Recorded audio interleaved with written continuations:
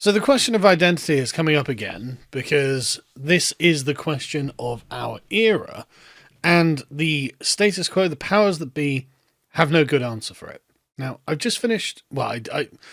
On Friday, I had an interview with Dr. David Starkey for his channel, which I've uploaded on mine.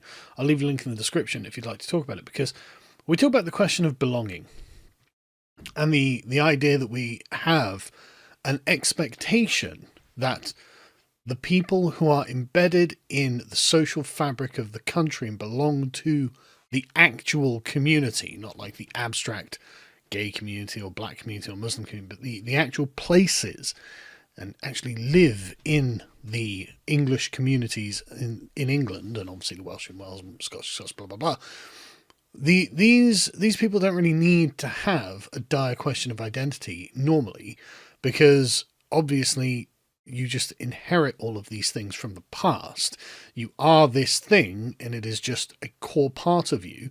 You have inherited it just both genetically and culturally and sociologically, historically, and this is just a part of life.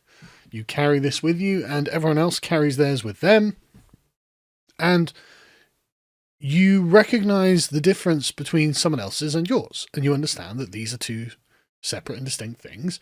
And because these things are predictable and familiar, you end up having, I guess we just call them stereotypes, but but all stereotypes are true, by the way. They allow you to know something about the other person, even if you don't know them. You know the community they were raised in, and therefore you know the sort of manners, the mores, the cultures, the customs, the way that they express themselves, and they know that about you, and so there is a predictability there. And the nations of Europe are a really, really great example where this is actually kind of wholesome. There's nothing more fun than watching Euros banter with one another. There was one time I went to the Oktoberfest in 2009, and we were staying on a campsite, and we were the only English people on the campsite, me and my mates. But we ended up going to like the bar or whatever, and we were there with, like, there was a Belgian guy, there was a couple of Germans, a couple of French, a couple of, like, there were people from all over Europe who had gone there, and we were all able to just have a really fun and friendly evening full of banter, even though none of us knew each other. We all knew something about each other because of the places that we had come from. And everyone had, as far as I can tell, everyone had a really fun time.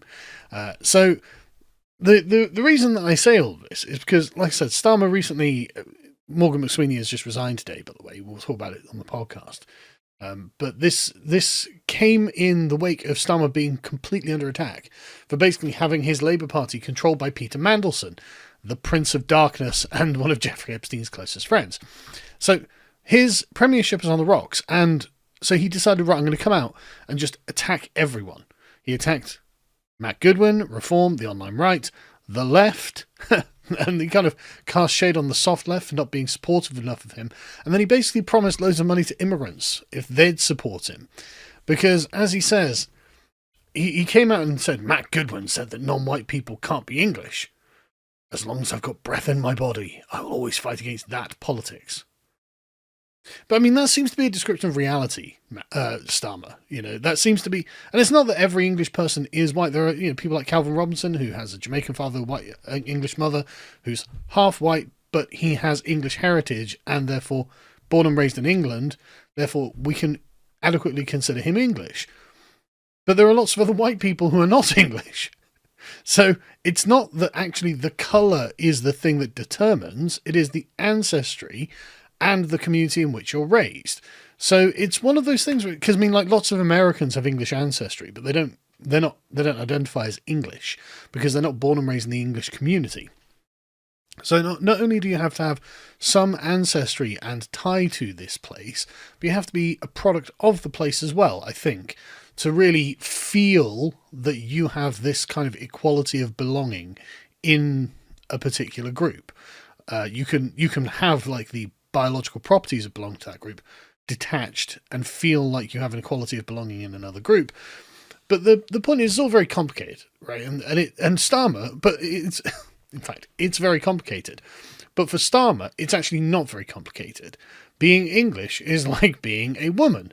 You can just identify as one. Or at least you could, until the Supreme Court said, yeah, okay, actually 0% of women have penises. And Starmer was like, well, I'm glad that's been settled. So I'm glad that's been settled too, Keir.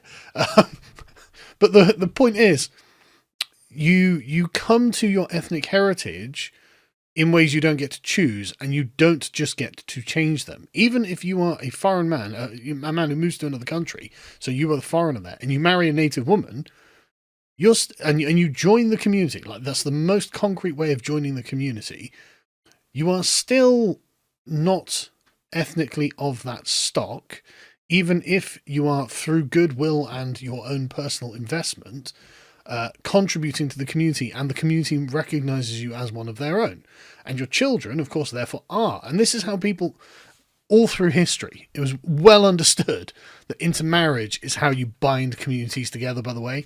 And it's just that how, if you're going to have foreigners coming into your community, they have to intermarry so they become, and their children and grandchildren become a part of that community. I mean, I'm a product of this, by the way. So it's just one of those things where it's, Starmer's view is that, no, actually, being English is just for anyone, anywhere, all the time. And that means there is essentially no group that is the English. It's a kind of affectation, a politically convenient thing to say. And the opposite, of course, is exclusionary. It says, no, you actually are not English, and therefore. And Starmer's like, oh, I'll always fight against that politics. It's like, well, okay. But that means you're fighting its reality itself, and also you are trying to deprive us of something that comes along with being English. We have claims that come from being English. Belonging to an ethnic group, which is something everyone belongs to an ethnic group, comes with obligations, but it also comes with entitlements. These groups are entitled to things, and we can see this all the time. The Palestinians are entitled to Gaza. The Israelis are entitled to Israel. People are constantly making ethnic entitlement arguments, and that's normal. It's completely normal for this to be the case. And in fact, the very nature of the UN view of sovereignty of peoples is based in ethnic entitlements. Groups of people should be free to be able to determine their own destiny and find their own representation in politics. And so we've conceded all of this, and yet when it comes to being like, oh, well, maybe the English could have some self-determination, Starmer's like, no, I'll always fight against that politics. Right, so you want us to be just a plantation serf, where you extract our resources and give it, literally he promises in this interview, this was it, something in the community, Pride in Community, I think it was called, where he's just going to extract resources from us and give it to foreigners, and who he's going to then call English, apparently. And it's just like, look here, you're a fucking lunatic, and your time is up, and everyone can see it. You're desperate and flailing, and no one really agrees with you. Anyway, here's the actual clip, but I've summarized it. So, Pride in Place, it's called. I've summarized it, so there's no point going over that again. But the thing is, this hasn't been Matt Goodwin's argument. Matt Goodwin's argument is actually much closer to my argument. In fact, I think it's practically the same, where he points out, as he does with Michael Gove here, that he says Englishness is an ethnicity that is deeply rooted in the people and can trace its roots back over generations. It's a distinctive identity from Britishness. Correct. Britishness is a civic identity, which is why it's been so easy to colonise. Our history, legacy of collective identity, the legacy of our culture, goes back much further and much deeper than simply signing some papers. Correct. Rishi Sunak could choose to identify as English if he views himself in that way, but it's also true that there's an English ethnicity and an English group that goes back over generations. And Rishi Sunak himself would say, well, I do not have a strong linkage to that group as some other people do. No, Rishi carries his Indian heritage with him quite proudly. He celebrates Dilwali in number 10. He goes over to India and they treat him as a son of the soil. It's completely normal. It's completely normal for that to be the case. And it is, in fact, Keir Starmer who has the bizarre and extreme interpretation of identity on this question. And so Matt Goodwin is correct, frankly, and I think I'm using more complex language, perhaps, to describe what Matt is touching on here. But I think he's got basically the same position as me. And so he's got a view of a kind of core of English ethnicity with a sort of incorporative outer layer onto it, where it can bring people in and out. It's not like a hard, impermeable barrier, but there is a thing inside it, which is the thing itself. But of course, Starmer misrepresents this because he's flailing. He's running in fear of, and Starmer himself has said this before. He said, "I think the question of identity is what's going to dominate our politics." So yes, I think so, and I think you're on the wrong side of that question. I mean, everyone, I think, seems to think this. Matt replied to this by being like, "Hello, you put Peter Mandelson in charge of the country?" Like, and I really mean he basically put him in charge of the country. Not only was he Morgan McSweeney's advisor, Starmer's chief of staff and chief strategist, his mentor, should we say, but he also gave him direct control. Like, he allowed him to choose the 2024 candidates, and he put him in charge of the cabinet reshuffle. So I mean, don't get me wrong, Mandelson, you can say whatever you like about him. There's no denying he's a genius political operator, which is what he managed to make, like, 3 comebacks, and the Times is trying to tee him up for a 4th. It's not that he's not politically effective, but I think we're at a point now where we have to just start committing to things that we believe to be true. And this is one of those things where it's, frankly, an idea that whose time is coming. Now, most people in the country do still hold to the kind of civic nationalist view of ethnicity, but that's only, I think, because they don't really think about it. They've not really had the argument made. Matt Goodwin and the right is making the argument from the fringes, whereas in the centre of our politics, Keir Starmer is determined, no, literally uncontacted tribesmen in the Amazon and Papua New Guinea are as English as you are if they just speak the words and say, "Oh, I'm English, please give benefits," right? So this is an idea, I think, whose time is coming. And you can tell here, as this recent YouGov polling did, the ethnic minorities themselves are way, way more likely to say that someone can only be considered English if they're white. Way more likely than 1 in 10 adults, English people in England, because we've been propagandized so goddamn much. But this is changing. And the number of people who say Britons must be born British is rising, study shows. Now, there are just a few things here, right? According to ethnic minority adults born in England, how are we determining that they are ethnic minorities if they can be considered English regardless of their ethnicity? I mean, this doesn't make sense. Like, it's like saying cider can be considered beer because it's a form of alcohol. And it's like, okay, but I want to drink some alcohol, and I have to choose either cider or beer. I can't say, well, I'm going to drink beer, and then pick up a cider and say, this is a beer. Right? English is a type of ethnicity. So other ethnicities stay at the same level as English. Like Pakistan, or whatever, the Mirpuri, or whatever they call it, whatever tribal ethnic identities you've got there. Like, you can't, English is not like some supra category. That's ethnicity itself that is the above category. And English is just a category of ethnicity.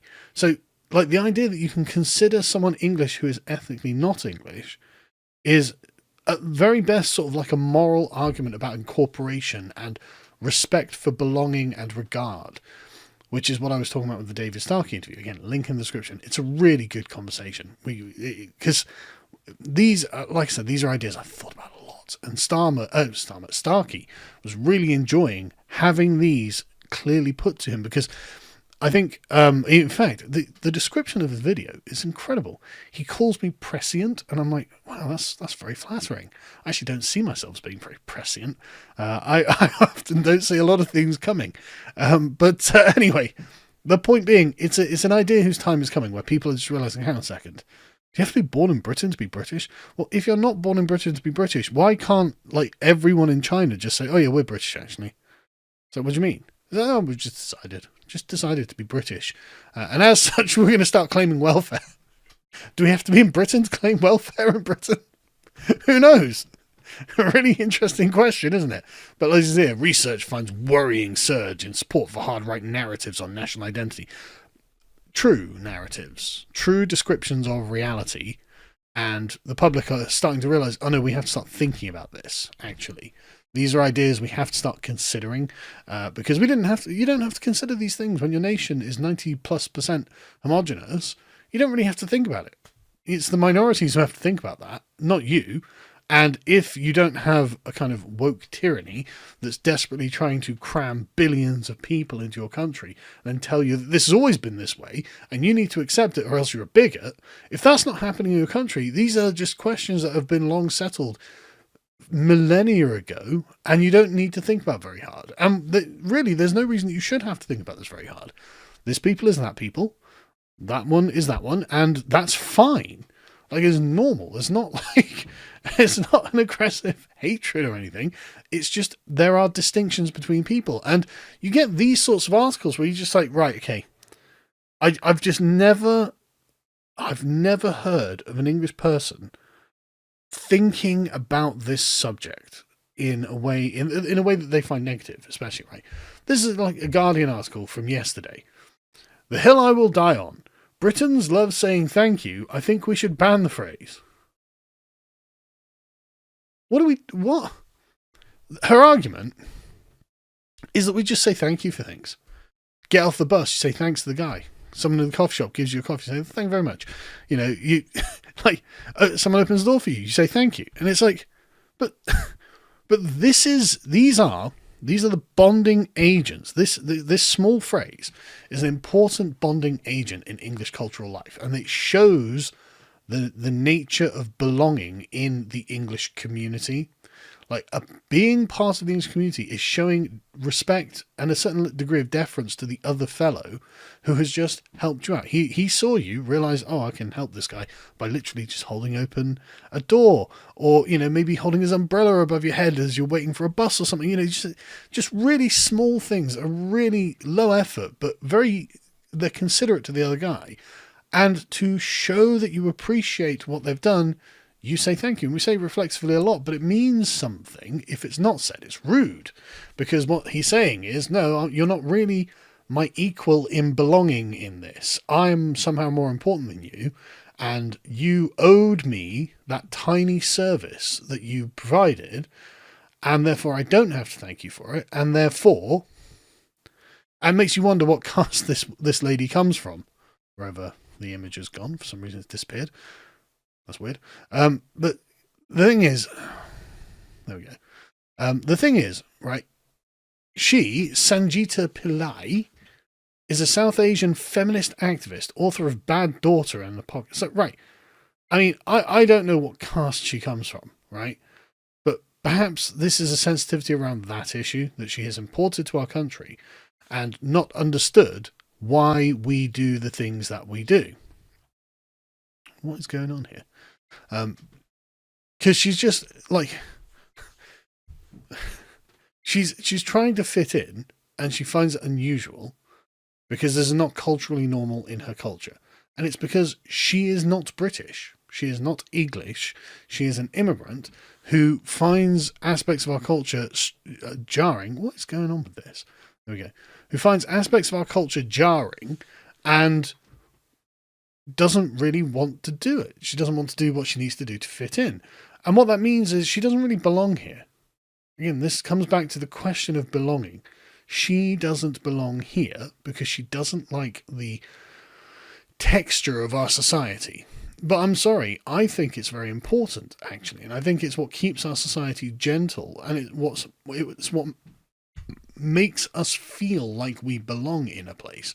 And when you've got loads of foreigners who are rude by our standards, and who don't say this, when you're surrounded by them, they're just rude and they just don't do small things that they can see would help you, that you would do if they needed help with, like literally just holding the door or whatever it is. You know, you're running to get on a train and they hold the door for you or something like that. It's really small, considerate things that we just do for one another without thinking, and then you habitually say thank you for. Well, she comes from a society where they don't do that. And I'm sorry, but I've seen those societies. I infinitely prefer our own. And I think that basically everyone in England would agree with me on this. And this is a great example of how this is a person who just doesn't belong here. They belong in India, clearly, or another society that has attitudes and customs more like that. And instead of introspecting on this, she's like, no, you guys need to change. No, you need to go home. Anyway, I'll leave a link in the description to the David Starkey interview. It's, like I said, it's one of the best. And it was a real privilege. I mean, I'm a huge fan of David Starkey anyway. You'll remember him from base Starkey takedowns of people like Laurie Penny and Ash Sarkar in the past, which are just genuinely peerless. But he was also a television historian for decades. He's like one of the premier English historians, and he's a man who doesn't suffer fools lightly. And so the fact that he said such kind things about me, both during and after the interview, I was just like, okay, that's just absolutely lovely. And so he asked his assistant asked me to upload it to my channel, so I've uploaded it.